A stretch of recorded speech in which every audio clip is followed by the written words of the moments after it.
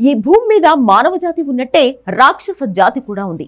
కాకపోతే రాక్షస జాతికి సెపరేట్ ఆకారం, స్థావరం అంటూ ఏదీ లేదు. సాధారణ మనుషుల రూపురేఖలతోనే సొసైటీలో తిరుగుతూ మనుగడను కొనసాగిస్తూ ఉంటుంది.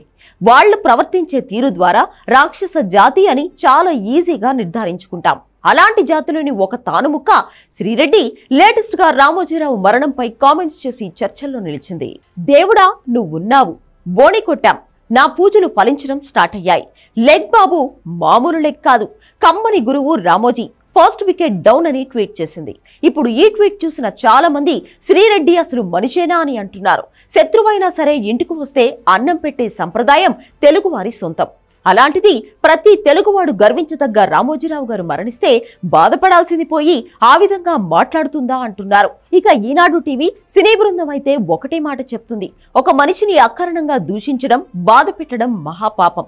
అలాంటిది కొన్ని లక్షల మంది జీవితాల్లో వెలుగులు నింపి వాళ్ల బ్రతుకులకి ఒక దారి చూపించిన రామోజీ గారిని అంటే ఆ పాపం శ్రీరెడ్డికి ఖచ్చితంగా తగులుతుందని అంటున్నారు.